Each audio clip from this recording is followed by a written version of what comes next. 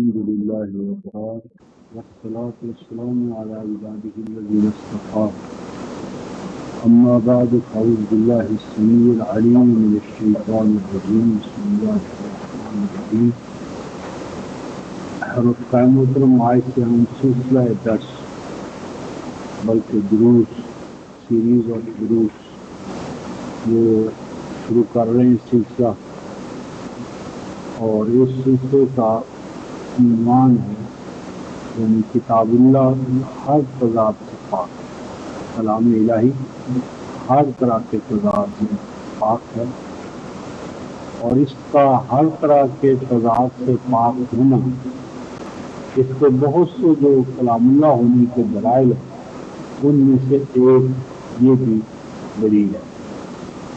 تو آج کا ہمارا درس تمہیدی ہے، اور اس تمہید میں ہم کچھ ایسے اصولوں کا ذکر کرنا چاہتے ہیں کہ اگر وہ اصول سامنے رہیں تو جہاں جہاں بظاہرہ طور پر تضاد کے حوالے سے گفتگو کرنے والے کر رہے ہیں اس کا بڑی آسانی سے جواب دیا جا سکتا ہے۔ اس میں پہلی بات یہ ہے رفقاء محترم کہ قرآن میں سورہ زمر 39ویں سورہ آیت نمبر 23 اور 551 صفحہ 551 صفحہ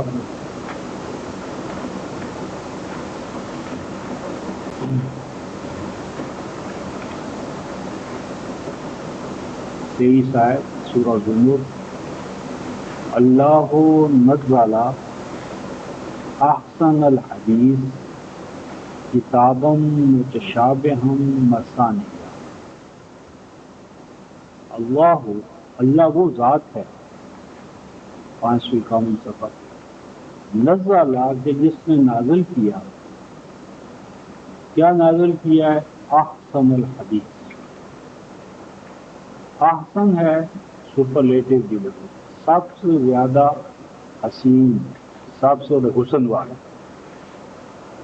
اور الحدیث حدث جدید اور ماڈرن کو کہتے ہیں۔ احسن حدیث کا معنی ہے کہ وہ کلام الہی جو سب سے زیادہ حسن و جمال کا جامع ہے اور ہر آن ماڈرن ہے، موسٹ ماڈرن، یعنی اس پر کسی حوالے سے بھی قدامت کا، پوشیدگی کا، پرانا ہونے کا کبھی کوئی ایسا وقت نہ آئے گا کہ کلام الہی میں کوئی پوشیدگی ہو، پرانا پن ہو، ہر آن نیا، ہر آن جدید، ہر آن ماڈرن۔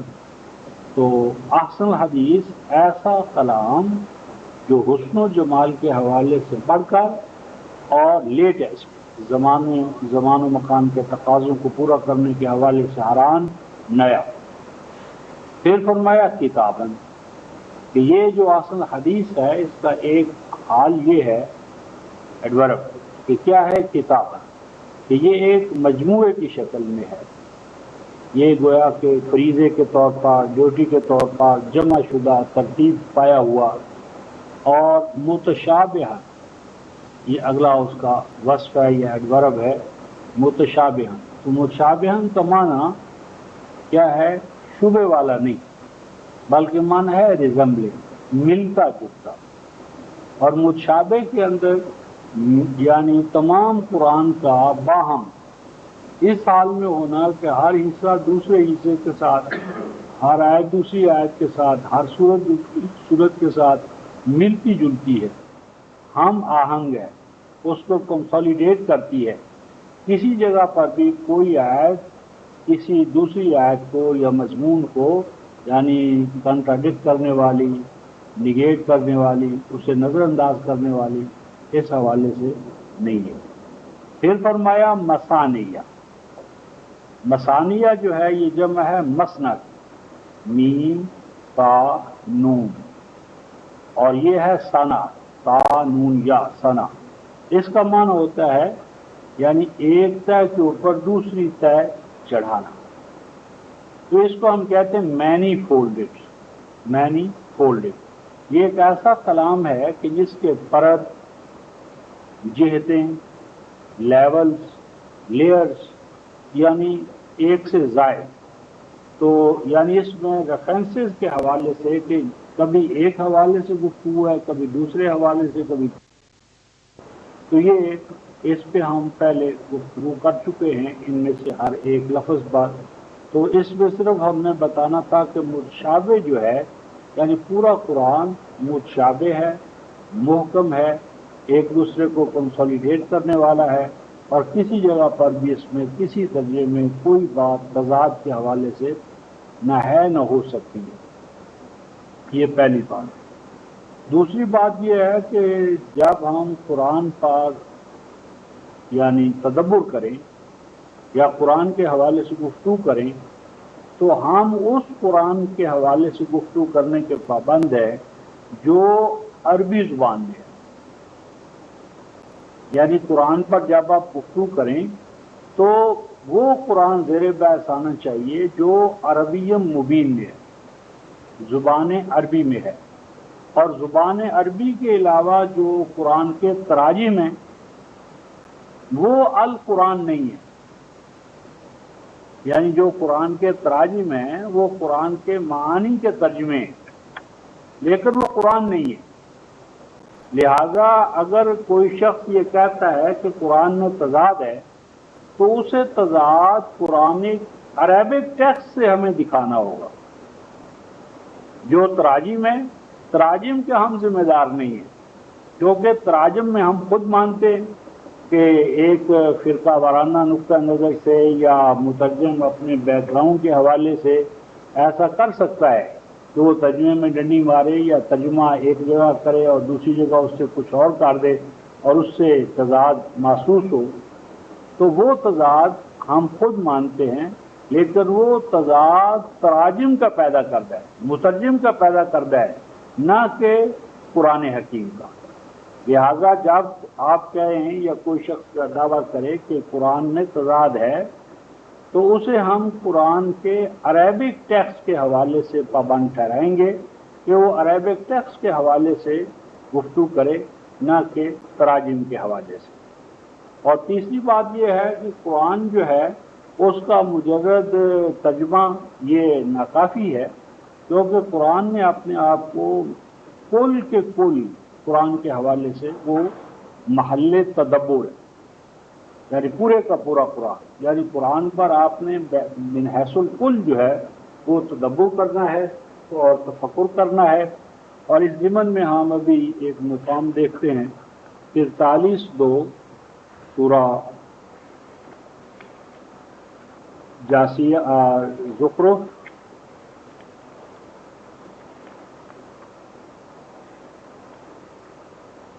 یہ 585 صفحہ ہوگا. بسم اللہ الرحمن الرحیم. حامیم والکتاب المبین انا جعلناہ قرآنا عربیا لعلکم تعقلون. حامیم یہ نبی پاک صلی اللہ علیہ وسلم کے صفاتی نام ہیں. ہاں سے مراد ہے آپ کا حامد ہونا، اللہ تبارک و تعالیٰ کے محامد، ایٹریبیوٹس، ثنا، آپ کے اللہ تعالیٰ کے جو افعال جمیلہ ہیں ان کو بیان کرنے والے. آپ حامد ہیں، پھر محمد ہیں، پھر احمد، اور پھر مقام محمود کے حامل ہیں. اور میم جو ہے ڈبل ہے، مرسل محمد، مرسل محمد.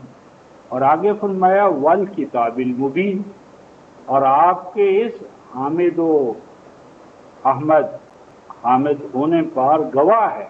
واؤ کے بعد جو الکتاب کے نیچے زیر ہے یہ واؤ قسمیہ ہے، اور واؤ قسمیہ قرآن حکیم میں شہادت کے معنی میں ہے کہ شہادت کے طور پر ہم اس دعوے پر پیش کرتے ہیں وہ کتاب. کون سی کتاب؟ المبین. یہ المبین جو ہے یہ ایڈجیکٹو ہے، صفت ہے کس کا؟ الکتاب. یعنی پوری کی پوری الکتاب جو ہے وہ کیا کتاب ہے؟ المبین، سیلف ایکسپلینیٹری، یعنی ایسی کتاب ہے جو خود اپنے آپ کو کھول کھول کر بیان کرتی ہے.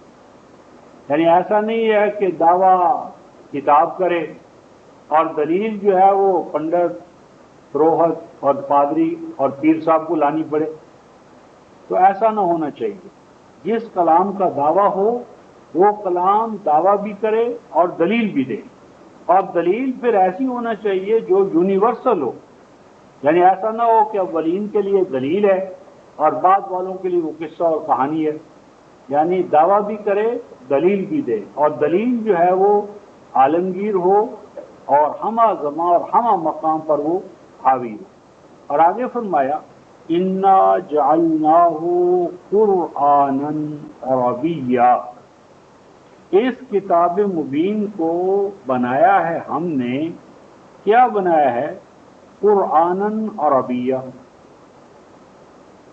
عربی قرآن، ابھی ہم یہیں رہ جاتے ہیں، عربی قرآن، یعنی قرآن کتاب مبین وہ ہے جو عربی قرآن کی شکل میں ہے، اور عربی قرآن کے جو تراجم ہیں وہ سبسٹیٹیوٹ نہیں ہے کتاب مبین کا، یعنی قرآن صرف وہ ہے جو عربی مبین میں ہے، اور اس کے ماسوا جو ہیں، اور عربی کے ماسوا جو ہے وہ کیا ہے؟ تراجم۔ تراجم کے حوالے سے ہم ان کو قرآن نہیں کہیں گے، القرآن وہی ہے جو عربی مبین میں ہے، بلسان عربی مبین۔ آگے ارشاد فرمایا لعلکم تعقلون، کہ یہ قرآن تو آیا ہی اس لیے ہے کہ ہمیں عقل سکھائے، عقل والا بنائے، عقل کے حوالے سے ہمیں جو ہمارے اندر سوچنے سمجھنے کا، تدبر کا، تفکر کا جو ملکہ اللہ تعالیٰ نے رکھا ہے اس کو یعنی ابھارنا، اسے جاری کرنا، اس کے تقاضوں کو پورا کرنا، اس کے حوالے سے ہمیں پوری طرح اکوپ کرنا، یہ قرآن کا یعنی مقصد ہے۔ بہت سے مقاصد، ایک مقصد بھی ہے، لہذا قرآن کے اندر کوئی ایسی بات لانا جو خلاف عقل ہے، خلاف عقل، تو جو چیزیں خلاف عقل ہوں اور ان کو ہم قرآن سے ثابت کرنا شروع کر دیں تو ہمارا یہ انداز جو ہے وہ کیا ہوگا؟ خلاف قرآن، یہ چیز یا سوچ خلاف قرآن ہوگی۔ تو انا جعلناہ قرآنا عربیا لعلکم تعقلون۔ اچھا، اب اس کے بعد جب یہ عربی مبین ہے تو اس کو قرآن حکیم نے اگلی بات یہ کہی ہے کہ اس کو محاورہ عرب کے مطابق سمجھا جائے، محاورہ عرب۔ اس ضمن میں ہم 51 سورہ زاریات،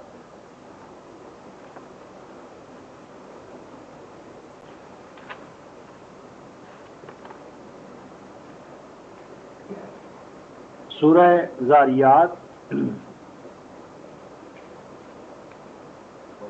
یہ 51 سورت ہے، آیت 23 ہے، اور یہ صفحہ ہوگا 624۔ فرماتے ہیں فَوَرَبِّ السَّمَاءِ وَالْعَرْشِ إِنَّهُ لَحَقٌّ مِثْلَ مَا أَنَّكُمْ تَنطِقُونَ۔ فرمایا پس گواہ ہے اس دعوے پر آسمانوں کا رب اور زمین کا رب، اور دعویٰ یہ ہے إِنَّهُ لَحَقٌّ، کہ بلا شبہ یہ قرآن جو ہے یہ حق ہے، یعنی قرآن میں کوئی بات ایسی نہیں جو خلاف حق ہو۔ اور آگے فرمایا مثل ما انکم تنطقون، یعنی قرآن تو حق ہے لیکن قرآن کا جو بیان ہے، اسلوب ہے، سٹائل ہے، وہ کیسا ہے؟ فرمایا مثل ما انکم تنطقون، یہ کلام حق ہے لیکن اس کلام کا جو اسلوب اور انداز ہے، بیان ہے، وہ کس طرح ہے؟ مثل ما انکم تنطقون، جس طرح اے عربو تم صبح و شام کلام کرتے ہو، نطق کرتے ہو، یعنی زبان عربی میں جس طرح حقیقت بھی ہے، مجاز بھی ہے، استعارہ بھی ہے، کنایا بھی ہے، تو یہ استعارہ، یہ مجاز، یہ کنائے، یہ محاورہ عرب، یہ روزمرہ ضرب الامثال، تو ایک زبان کے اندر جتنے بھی استعمالات کے طریقے ہوتے ہیں حقیقت و مجاز کے حوالے سے، استعارے اور کنایا کے حوالے سے، وہ تمام قرآن میں استعمال کیے گئے ہیں۔ اب اس کی مثلا ہم ایک مثال دیکھتے ہیں، سورہ یہ القیامہ سے پہلے ہے، یہ مدثر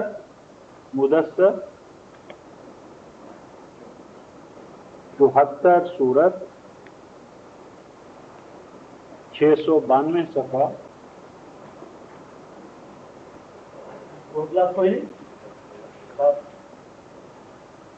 آیت 51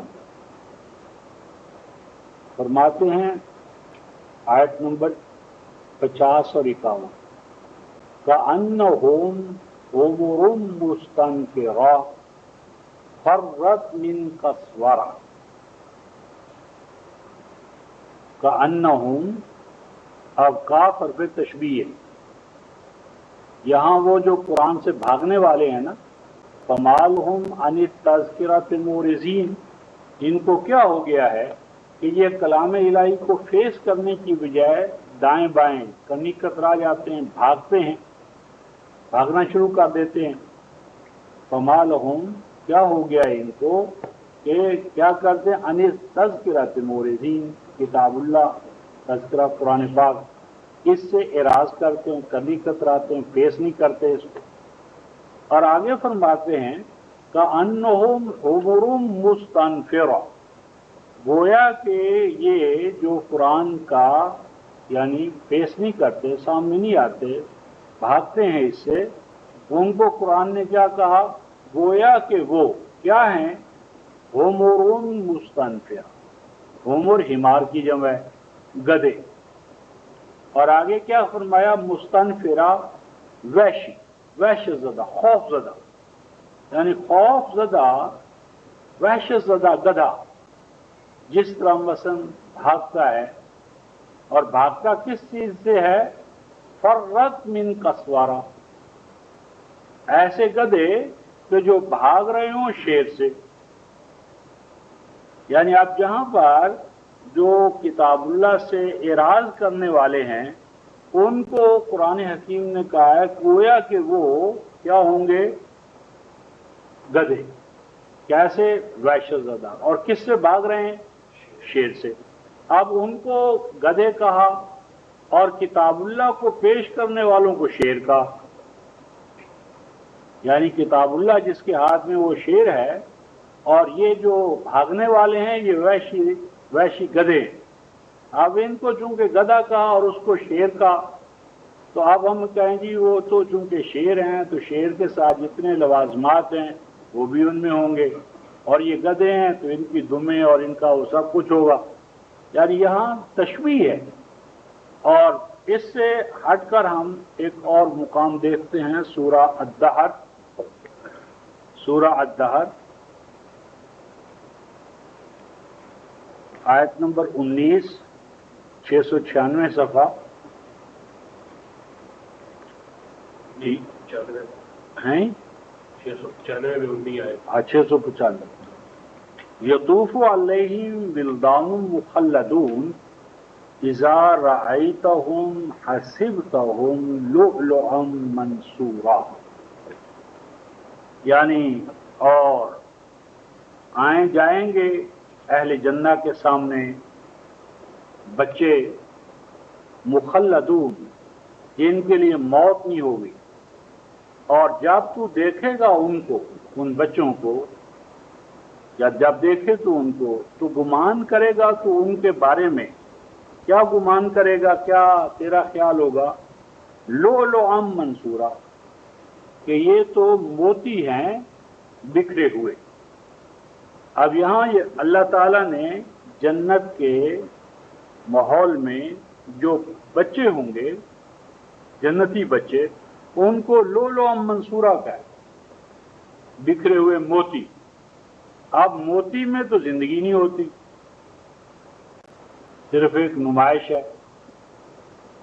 اب یہاں پر جو ہے یعنی ان کو لؤلؤ منصورہ جو کہا ہے تو صرف ان کی چمک، یعنی ان کی آب و تاب، یعنی وہ آب و تاب اور چمک دمک جو ہے وہ یہاں مقصود ہے، نہ کہ بالفعل ان کو وہ بے حیات یعنی بے حرکت موتی قرار دینا۔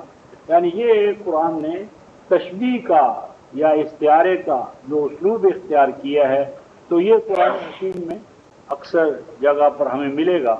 تو اس ضمن میں ہم اسی بات کو آگے بڑھاتے ہوئے ایک اور مقام دیکھتے ہیں، یہ پہلے بھی آ چکا ہے لیکن اس موضوع کی مناسبت سے ہم اسے دوبارہ ریکارڈ کر رہے ہیں۔ سورہ الذاریات کا بھی ہم نے حوالہ دیکھا تھا، آیت 23، یہ 624 صفحہ تھا۔ اسی صفحے پر ایک اور لفظ آیا ہے، آیت نمبر 26 اور 27، ذاریات 51 سورہ۔ ارشاد ربانی ہے کہ سیدنا ابراہیم کے پاس کچھ مہمان آئے اور مہمانوں نے آ کر سلام کہا، انہوں نے بھی آگے سلام کا جواب سلام کی شکل میں دیا، اور ان کو پھر آپ نے بٹھایا۔ بٹھانے کے بعد فراغ الی اہلہ فجاء بعجل سمین فقربہ الیہم قال الا تاکلون، یعنی جب وہ گھر میں گئے تو گھر سے واپس تشریف لائے، اور کس طرح تشریف لائے؟ فجاء بعجل سمین، بس گھر سے وہ لوٹے اس طرح کہ لے کر آئے وہ ایک موٹا تازہ بچڑا، اور اس موٹے تازے بچڑے کو قریب کیا مہمانوں کے اور کہا کھاؤ، وہ نہیں کھاتے۔ یعنی اب یہاں پر قرآن نے بعجل سمین کا ہے، موٹا تازہ بچڑا، اور یہ نہیں کہا کہ وہ ذبح بھی کیا یا نہیں کیا، پکایا بھی یا نہیں پکایا، تشتریوں میں یا برتنوں میں ڈالا یا نہیں ڈالا۔ یعنی لفظاً تو یہ تاثر ملے گا کہ بس وہ موٹا تازہ بچڑا لا کر کھڑا کر دیا اور کہا کھاؤ۔ یہ بھی کوئی کہنے والا کہہ سکتا بھئی نبی کا معجزہ ہے کہ اگر اسی کو ہاتھ لگائے گا تو بس ہضم ہو جائے گا۔ اب یہاں پر قرآن نے ایک لفظ بولا ہے، کیا الا تاکلون، کھاتے کیوں نہیں ہو؟ یہ کھانے کا قرینہ بتاتا ہے کہ اس کے انہوں نے ذبح کیا ہوگا، اللہ کے نام پر ذبح کیا ہوگا، پھر پکایا ہوگا، پھر پکانے کے بعد اسے تشتیوں میں رکھا ہوگا جو آداب ہیں، اور پھر ان کو پیش کیا ہوگا۔ لیکن یہ تمام چیزیں لفظوں میں نہیں ہیں، یعنی بعجل سمین کے اندر ذبح کرنے کا پکانے کا لفظ موجود نہیں ہے، لیکن تاکلون کا قرینہ بتاتا ہے کہ یہ تمام سٹیجز اور یہ تمام مراحل جو ہیں انہوں نے طے کیے ہوں گے۔ اسی ضمن میں ایک اور آیت لا کر آگے چلتے ہیں، سورہ یوسف،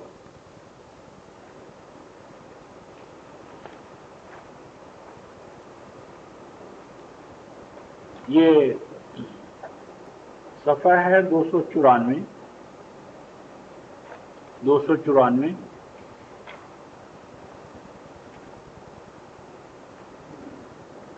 اور بات یہ ہو رہی ہے کہ جب سیدنا یوسف، یہ آیت ہم 3 لیں گے، آیت 81 لے لیں فی الحال، 81، یہ سرزمین مصر پہ بات ہو رہی ہے کہ بھائیوں کو جب بنیامین جو ان کا بھائی تھا اس کے حوالے سے ہوا کہ وہ تو رہا نہیں ہو سکتے، تو پھر انہوں نے کانفرنس مجلس یعنی مشورہ کیا کہ اب کیا کرنا چاہیے۔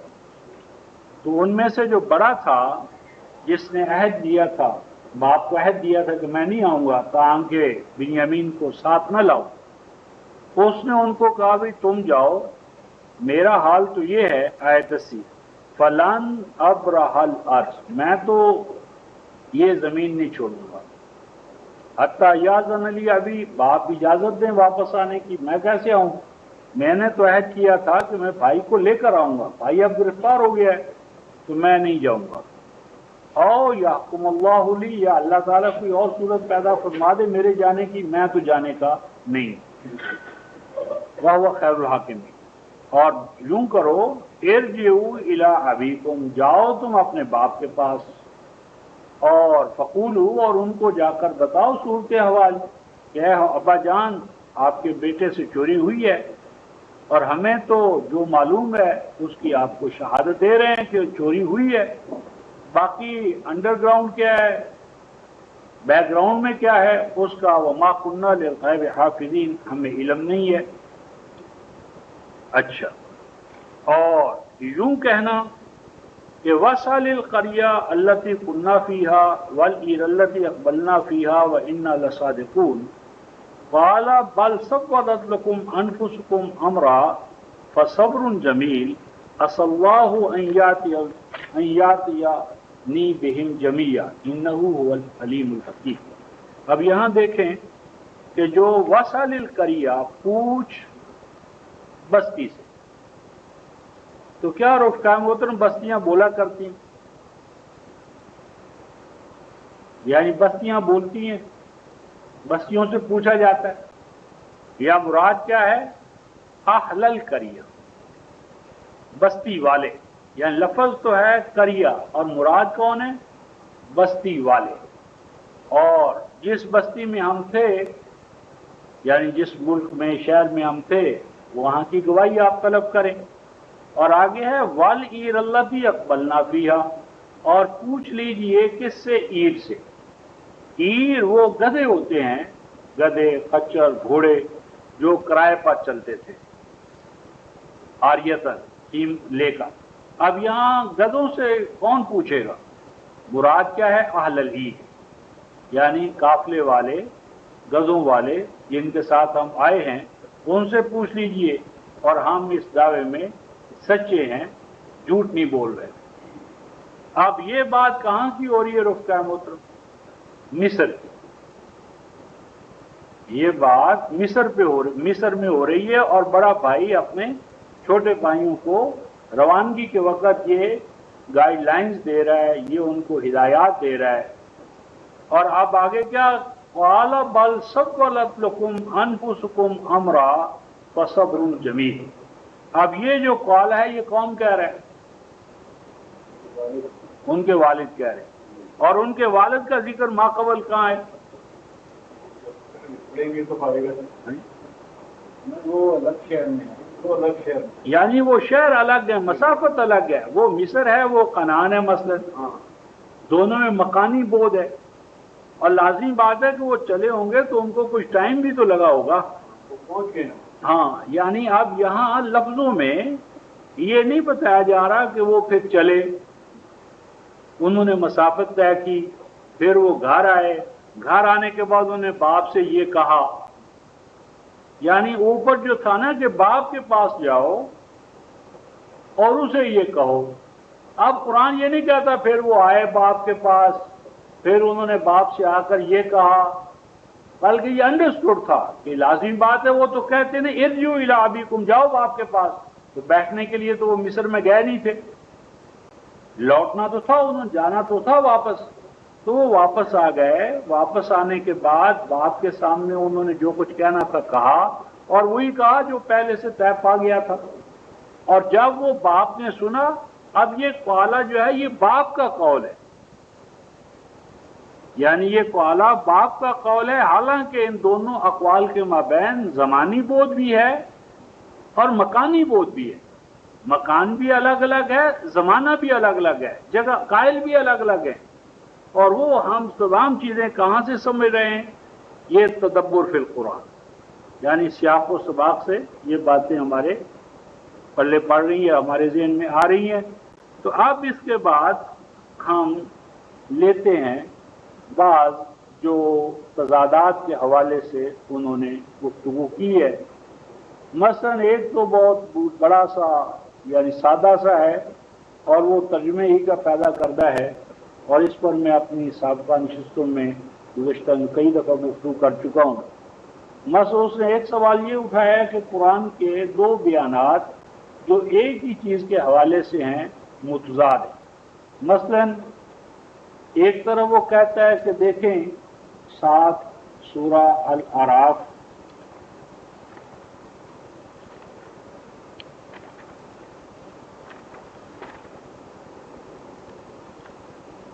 ایک 189 یعنی 179 صفحہ 208 یعنی 209 ہوگا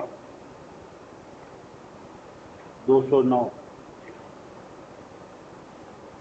یہ آیت 180 سے پہلے سورہ الاعراف.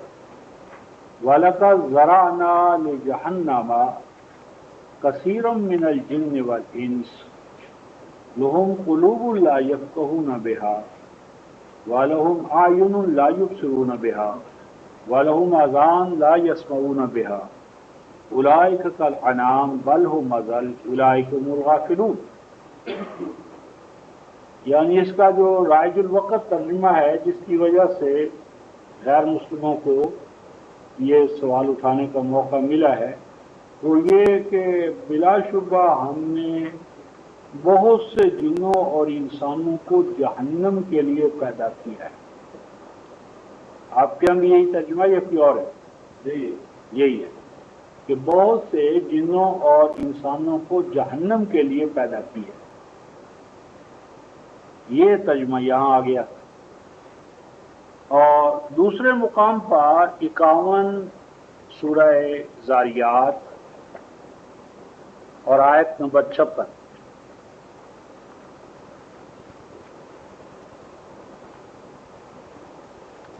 51 سورہ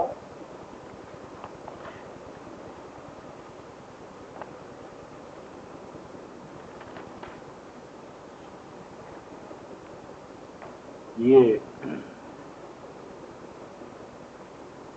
676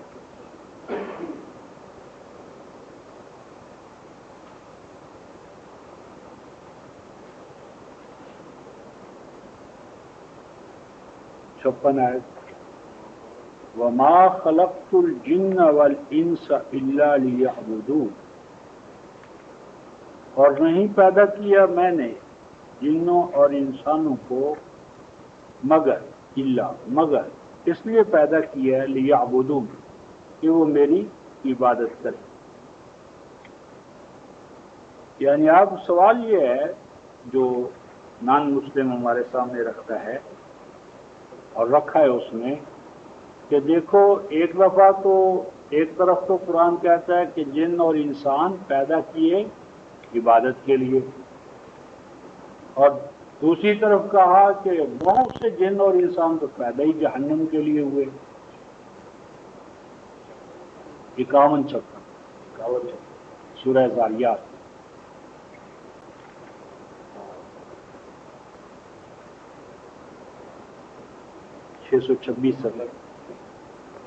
یعنی ایک طرف کہا کہ بہت سے جن اور انسان جہنم کے لیے اور دوسری طرف کہا کہ جن اور انسان تو پیدا عبادت کے لیے ہوئے.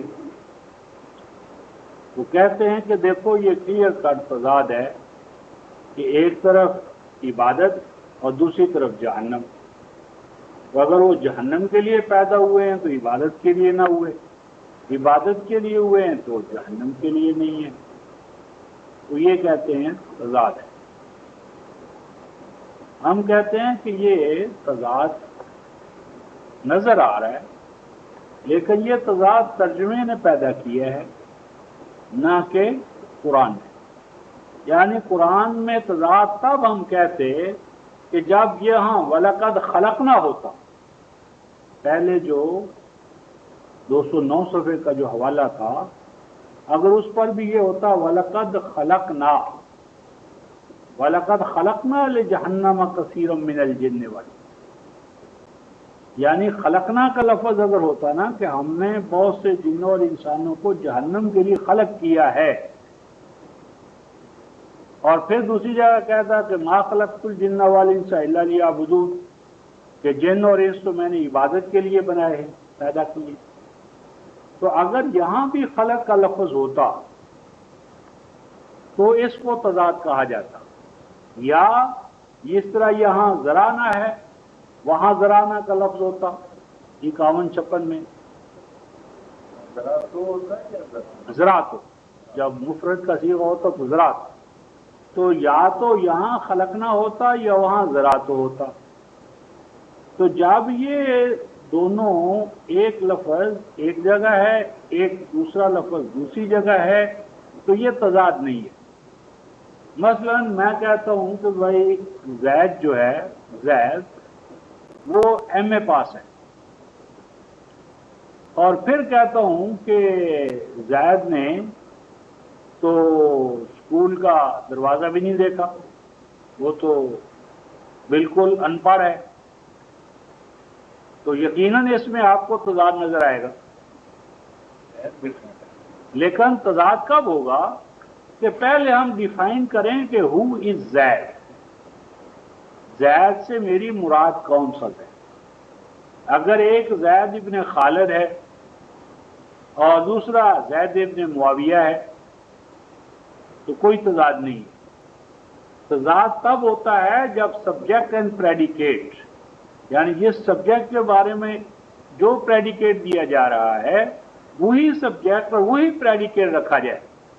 لیکن اگر سبجیکٹ تبدیل ہو جائے یا پریڈیکیٹ تبدیل ہو جائے تو تضاد نہیں رہتا.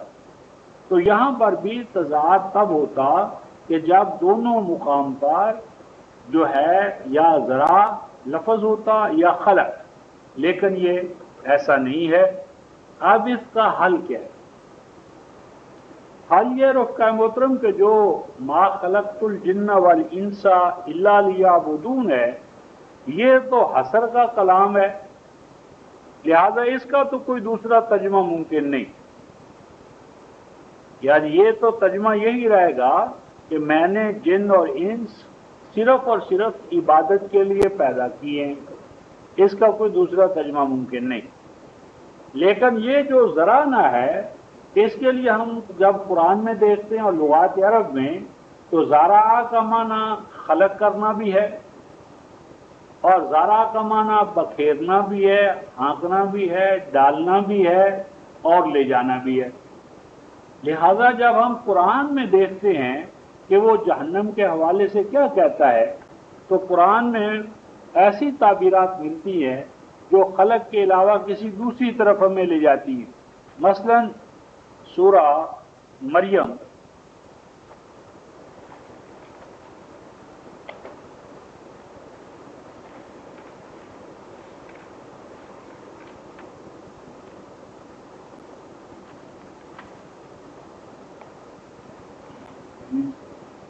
ہاں 19ویں سورہ آیت نمبر 86،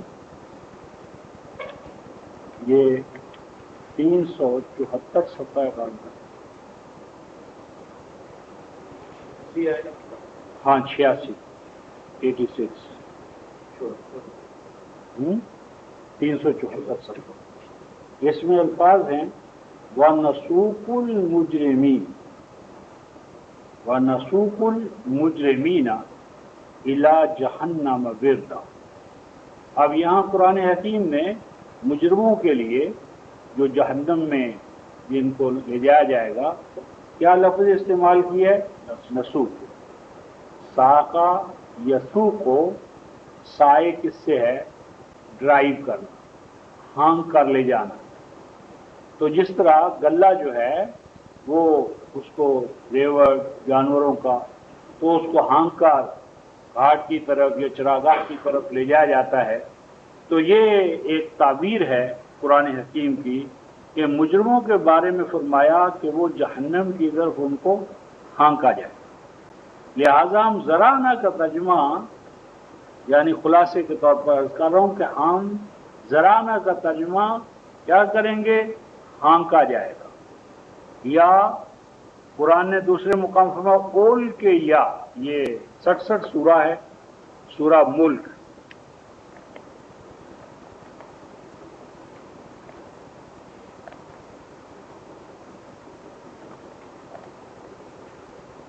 یہ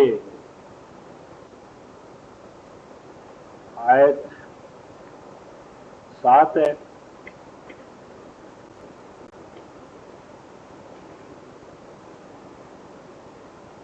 اور پھر 8. ہاں، اذا القوا فیہا سمعوا لہا شہیقا وہی تفور. 7 آئے کہ جب ڈالا جائے گا، یعنی القوا جب ڈالا جائے گا مجرمین کو اس جہنم میں. پھر آگے آیت نمبر 8 میں ہے تقاد تمیز من الغیظ کلما القی فیہا فوج سألہم خزنتها الم یاتکم نذیر، کہ جہنم میں کلما جب کبھی القی فیہا فوج ڈالا جائے گا کسی اس جہنم میں فوج کو، تو فوج کا لفظ اردو میں اور عربی میں بڑا مختلف ہے. تو یہ فوج جو ہے یہ فاجہ یفوج فوجن، کسی اکٹھ کا کسی ایک نصب العین پر اکٹھا ہو کر کسی کی طرف جانا، چڑھائی کرنا. تو یہ مجرد اس کا معنی اکٹھ اور مجموعہ جس میں قدر مشترک کوئی بھی ہو. تو فوج کا معنی یہاں وہ آرمی نہیں ہے، جیش نہیں ہے، بلکہ جتھا، جماعت، گروہ. جب کسی جتھے، جماعت یا گروہ کو جہنم میں ڈالا جائے تو ان سے داروغہ جہنم انچارج وہ سوال کریں گے الم یاتکم نذیر، کیا تمہیں کوئی اس جہنم کے حالات سے آگاہ کرنے والا کوئی تمہارے پاس نہ آیا تھا؟ وہ کہیں گے ہاں آئے تو تھے ہمارے پاس وارنرز، ہم نے ان کی تقریب کی اور ہم نے کہا تمہارے اوپر اللہ نے کوئی چیز نازل نہیں کی، تم خود گمراہ ہو. اور آگے وہ کہیں گے وَقَالُوا لَوْ كُنَّا نَسْمَعُ أَوْ نَعْقِلُ مَا كُنَّا فِي أَصْحَابِ السَّعِيرِ، کہیں گے اے کاش کہ ہم دنیا میں کیا کرتے، نسمع، ہم نذیر کی بات کو سنتے. اور آگے کہا نہ اکیلو، اے کاش کہ ہم عقل سے کام لیں. یعنی جہنمیوں کی پہچان کیا ہے؟ عقل سے کام نہ لینا، کلوز مائنڈ، سننا نہیں، حق کو بھی نہیں سننا، اور سننے کے بعد پھر عقل سے تو کام نہیں لینا کہ جو سنا ہے اسے فکر اور تدبر سے سوچ سمجھ کر. اور کہتے ہیں اگر ہم حق کو سن لیتے اور خاص و عقل سے کام لیتے تو آج ہم جہنم میں نہ ہوتے. اور آگے دیکھیں رفقائے محترم، قرآن کہتا ہے فَاعْتَرَفُوا بِذَنبِهِمْ، بِذُنُوبِهِمْ نہیں کہا، بِذَنبِهِمْ، ایک ہی گناہ ہے جو تمام گناہوں کو پیدا کرتا ہے. یعنی انسان کا اپنے عقل اور تدبر اور بصیرت سے پیدل ہو جانا، یہیں سے تمام گناہ پھوٹتے ہیں، پیدا ہوتے ہیں. تو اعتراف کر لیں گے وہ اپنے اس گناہ کا، اور پھر ان کو کوئی فائدہ نہیں ہوگا کہ چلو بھئی چھٹی ہو گئی. تو فرمایا کہ پھر ان کو اس جہنم میں ڈال دیا جائے. اب یہاں سے یعنی ایک تو یہ پتہ چلا کہ جو تراجم ہے، تراجم کے اندر ہو سکتا ہے کہ گڑبڑ ہو، تو اس کے ہم ذمہ دار نہیں ہیں، تراجم کے ذمہ دار نہیں ہیں. ہاں الفاظ قرآن میں کوئی تضاد ہو کہ ایک جگہ ایک بات اور دوسری جگہ دوسری بات، تو اس حوالے سے ہم ذمہ دار ہیں. اسی ضمن میں ایک اور تضاد ہمارے سامنے وہ رکھتا ہے کہ دیکھیں قرآن میں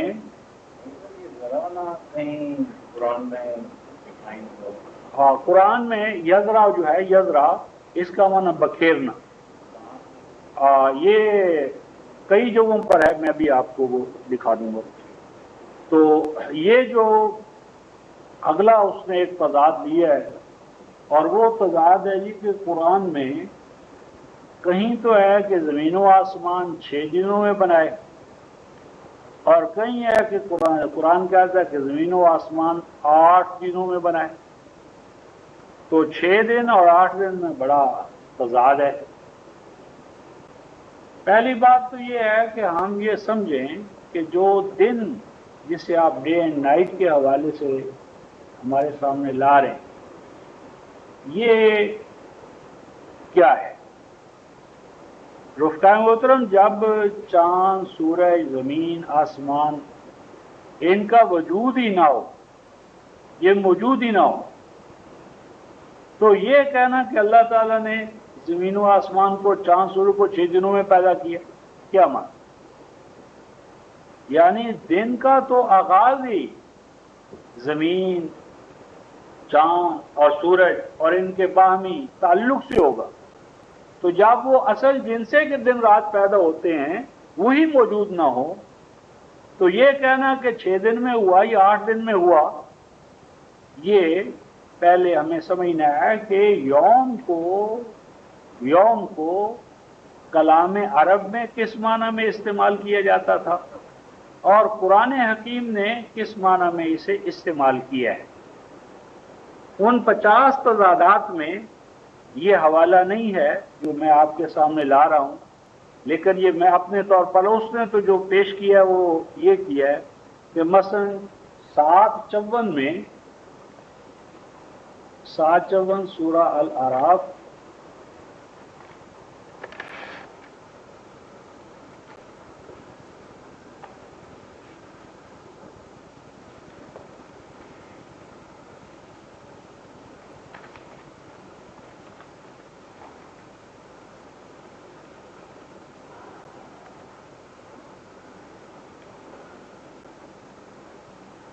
ان ربکم اللہ الذی خلق السماوات والارض فی 6 ایام، بلا شبہ تمہارا رب وہی اللہ ہے کہ جس نے آسمانوں کو اور زمین کو 6 دنوں میں پیدا کیا، عام جو ہمارا ترجمہ ہے۔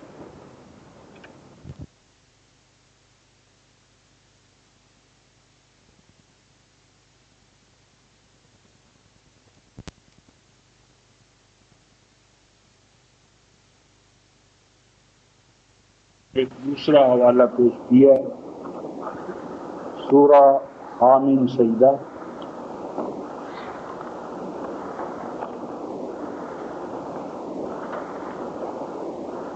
اکتالیسویں سورہ،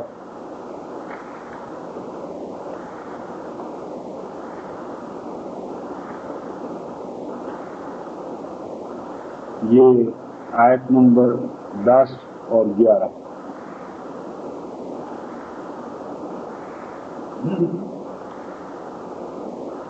ان دونوں کو وہ کہتا ہے کہ یہ معجزات ہیں، ان سے تضاد ثابت ہو۔ پہلے 754 اور اس کے بعد آیت نمبر 10 اور 11 12 یہ کہتا ہے کہ دیکھو، یہاں قرآن کہتا ہے وَجَعَلَ فِيهَا رواسیہ من فوقها وبارک فیها وقدر فیها اقواتها فی 4 ایام۔ یہ جو اس نے یعنی زمین اور زمین کے اوپر جو پہاڑ اور پہاڑوں کے اندر جو پانی اور خوراک اور یہ تمام چیزیں پیدا ہوئیں، ان کو قرآن حکیم نے 4 ایام کہا، 4 دن۔ ثم استوى الى السماء وهي دخان، پھر وہ اللہ متوجہ ہوئے سما کی طرف اور اس کے دخان کی ایک نیولا کی وہ حالت تھی، اور اس کو اللہ تعالیٰ نے 7 سماوات میں پیدا کیا یا ٹھیک ٹھاک کیا، اور یہ کام ہوا فی یومین، 2 دنوں۔ اب وہ کہتے ہیں کہ یہ 2 دن اور وہ 4 دن، یہ ہو گئے 6 دن، اور اس کے اوپر اس نے خالق الارض فی یومین لے لیا، خالق الارض فی یومین، آیت نمبر 9۔ تو وہ کہتا ہے کہ خالق الارض فی یومین، زمین کی پیدائش 2 مراحل میں یا 2 دنوں میں، پھر کہتا ہے کہ یہ جو پہاڑ اور یہ سارا اس کو 4 میں، اور پھر آسمان 2 میں، تو یہ 2 4 6 اور 2 8 دن اس نے اس طرح بتایا، اور یہ چونکہ 8 ہے اور وہاں 6 تھا تو اس کو اس نے تضاد کہا۔ ہم کہتے ہیں کہ پہلے اللہ تبارک و تعالی جب خلق الارض فی یومین ہوا، الارض فی یومین، تو اس کے بعد جو رواسیہ اور یہ سارا ہے، کیا یہ الارض سے باہر ہے؟ یعنی رواسیہ، پہاڑ، دریا، ندیاں، نالے، خوراک، یہ سارا کیا یہ الارض سے باہر ہے؟ یعنی یہ جو یومین ہیں، یہ ماقبل جو یومین ہیں، یہ 4 ایام، اسی کی مزید تفصیل ہے کہ یعنی زمین جو تھی ابتدائی درجے میں 2 مرحلوں میں، اور 2 مرحلوں کو مزید 4 مراحل کے اندر، یعنی ہر مرحلہ جو تھا اس کے 2 مرحلے تھے، یعنی پہلے 2 مرحلے تھے، 2 مرحلوں کو پھر 2 مرحلوں میں تقسیم کیا گیا، تو زمین پر ٹوٹل 4 دن جو ہے وہ لگے، اور 4 دن اور 2 سما کے حوالے سے تو مجموعہ جو ہے وہ پھر وہی 6 ہے، نہ کہ 8۔ لیکن اس پر تفصیلی گفتگو کرنے سے پہلے میں چاہتا ہوں کہ اس ضمن میں یوم کے حوالے سے گفتگو کی جائے، اور ایک حوالہ اس نے نہیں دیا، اگر یہ میرے والا حوالہ دے دے تو اس کے تضادات 50 کی بجائے 51 ہو سکتے ہیں۔ وہ اس طرح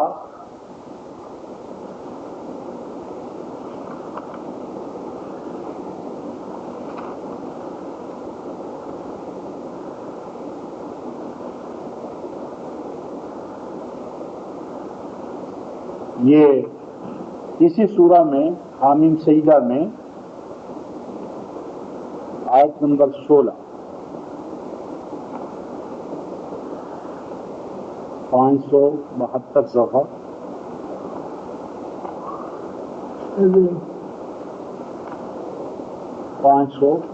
صفحہ، وَأَرْسَلْنَا عَلَيْهِمْ رِيحًا صَرْصَرًا فی ایام نحسات لنذیقہم عذاب الخزی فی الحیاۃ الدنیا ولعذاب الآخرۃ اخزی وہم لا ینصرون۔ پس بھیجی ہم نے ان کے اوپر ہوا، ریح، ہوا، اور وہ کیا تھی؟ ریحً صرصرا، ٹھنڈی، بعد سرسر، اور یہ جو ٹھنڈی ہوا ان پر چلی فی ایام، دنوں میں، دن، اور آگے ہے نحسات۔ نحسات کا عام ترجمہ ہمارے ہاں تو منحوس کرتے ہیں، اور اسی سے بعض ہمارے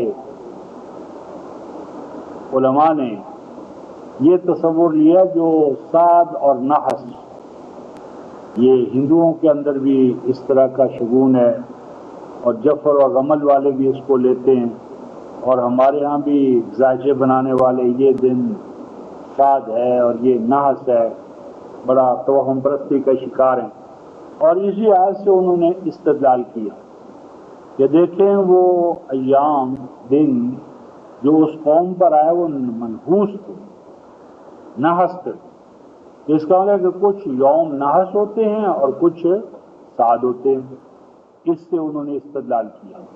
حالانکہ نحسا عربی زبان میں نحسا ینحس نحسن، کسی چیز کو توڑ دینا، کسی چیز کو توڑ دینا، اور مثلا بچہ جو ہے یا کوئی شخص جو ہے وہ اگر پتھر پھینکے درخت پر اور اس کا پھل ٹوٹ جائے یا ٹہنی ٹوٹ جائے یا پتے ٹوٹ جائیں تو نحس ینحس استعمال ہوتا ہے قاطع یقطع، اور اسی طرح شدت کی سردی پڑے جس طرح موسم خزاں جب آ جاتا ہے تو پتے جھڑ جاتے ہیں، خشک ہو جاتی ہیں ٹہنیاں، تو نائز یناسو اردو والا نحس نہیں ہے، اس کا اصل معنی ہوتا ہے توڑ پھوڑ کرنا اور کسی چیز کے اندر جو اس کا ایسنس ہے، جوہر ہے، گودا ہے، اس سے اس کو خالی کر دینا۔ اب یہاں صرف یہ میں نے بتانا تھا کہ یہاں کیا کہا ہے اس پروسیس کو، ایام، یعنی ایام یوم کی جمع ہے، ایام یوم کی جمع ہے، اور یوم کا اطلاق کم از کم تین سے زائد۔ اور دوسرے مقام پر قرآن حکیم نے اس کو خود ہی کہا ہے، یہ سورہ الحاقہ 69 سورہ آیت نمبر 7، 679 صفحہ الحاقہ 69 اور آیت نمبر 7، سخرها علیہم 7 لیال و 8 ایام، کہ وہ جو ریح سرسر جس کا ابھی ہم نے حوالہ پڑھا ہے، فرمایا کہ وہ مسلط کی گئی ان کے اوپر 7 راتیں اور 8 دن، یعنی وہاں فرمایا تھا ایام، اور یہاں فرمایا کہ 7 راتیں اور 8 دن، وہ جو عذاب والی کیفیت تھی وہ ان پر 7 راتیں اور 8 دن یہ کیفیت ان کے اوپر قائم رہی۔ اور وہاں ایام تھا اور یہاں 8 کہہ دیا، 8۔ اب آئیے قرآن کی ایک اور تعبیر دیکھتے ہیں کہ اگر وہ سامنے رکھتا تو اس کو وہ 51 کی لسٹ پہ لے جا سکتا تھا۔ سورہ القمر،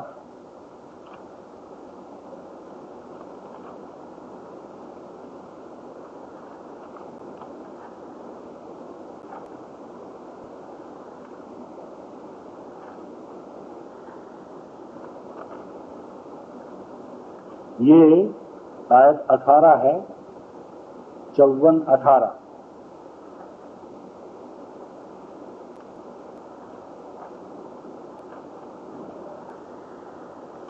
آیت 19، 18-19 دونوں،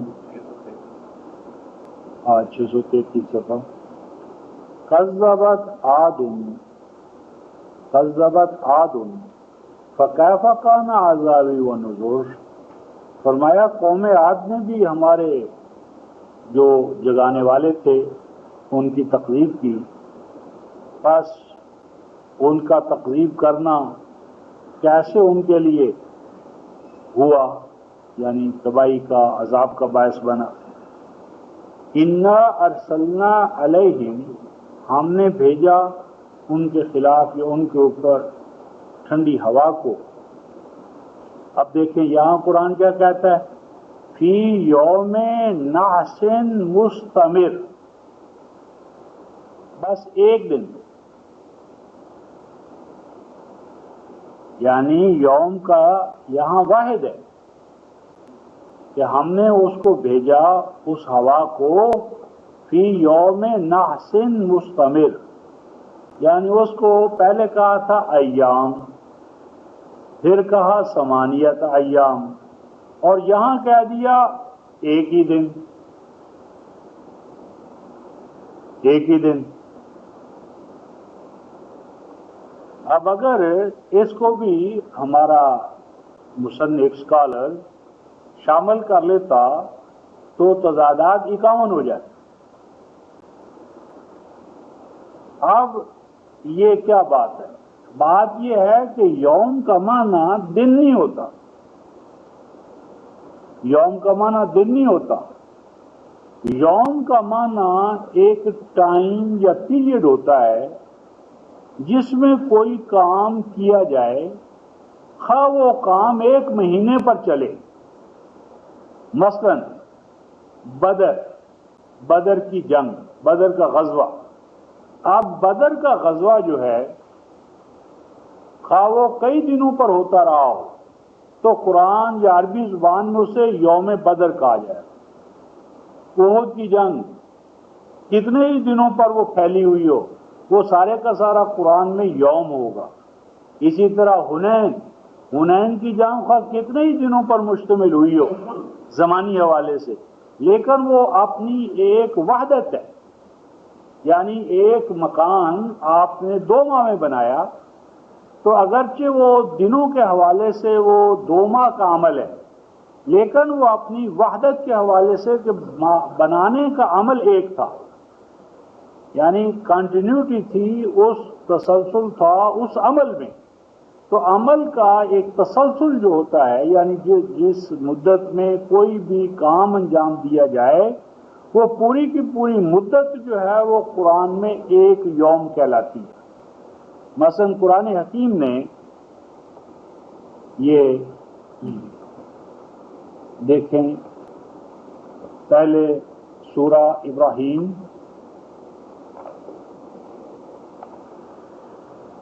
سیدنا موسیٰ علیہ السلام کو حکم ہوتا ہے، یہ سورہ ابراہیم اور آیت نمبر 6.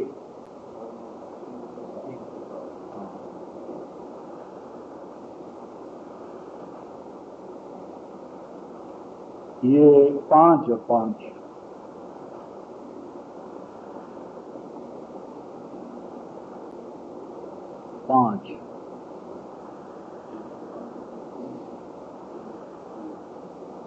یہ اللہ تعالیٰ فرماتے ہیں سیدنا موسیٰ علیہ السلام کو کہ یہ جاؤ ہمارے واضح احکام لے کر اور نکالو اپنی قوم کو تاریکیوں سے، لاؤ انہیں نور کی جانب. اور آگے الفاظ آتے ہیں وَذَكِّرْهُمْ بِأَيَّامِ اللَّهِ، اور ان کو یا ان اپنی قوم کو یاد دہانی کراؤ کس چیز کی؟ بِأَيَّامِ اللَّهِ، اللہ کے دنوں کی، اللہ کے دنوں کی. اب یہاں جو بے ایام اللہ آیا ہے، اور عربوں کے ہاں ایام العرب، یعنی آج بھی اگر آپ عربوں کی تاریخ پڑھیں تو اس کا ایک چیپٹر جو بہت بڑا چیپٹر ایام العرب. اور ایام العرب سے مراد ہوتے ہیں وہ حوادث، وہ واقعات کہ جو عربوں کی قومی تاریخ کے اندر، مثلا یوم الفیل، یوم داہس، یوم بواس، یعنی جنگ کا یعنی جنگی حالات، اہم قومی حوادث اور واقعات، خواہ وہ ان کی دورانیہ کتنا ہی کیوں نہ رہا ہو، وہ پورے کا پورا جو ہے واقعہ، خواہ وہ 9 دنوں پر مشتمل ہو یا 9 ماہ پر. مثلا ہماری جنگ عظیم اول اور دوم وہ 4 5 سال پر مشتمل رہی، لیکن عربی زبان میں اسے یوم کہا جائے. یوم عربی میں زمانے کا ایک ایسا یونٹ کہ جس میں کوئی ایک کام مسلسل و پہم ہوتا رہا ہو. اب یہ جو ہم نے دیکھا تھا سورہ القمر والا، فی یوم نحس مستمر، یہ جو مستمر کا لفظ ہے نا، یعنی اس کیفیت کے اندر استمرار تھا. یعنی وہ جو تباہی کا ایلیمنٹ تھا یا عامل تھا وہ مسلسل و پہم چلتا رہا، اس میں کہیں انقطاع نہ آیا. یعنی اگر اس پروسیس کو دیکھو تو وہ ایک کنٹینیوٹی ہے، اس کے اندر وہ تسلسل ہے. اور اگر اپنے زمان و مکان پر دیکھو تو وہ کیا ہے؟ 7 لیال و 8 ایام. اسی کو قرآن حکیم نے 3:140 دیکھے، سورہ آل عمران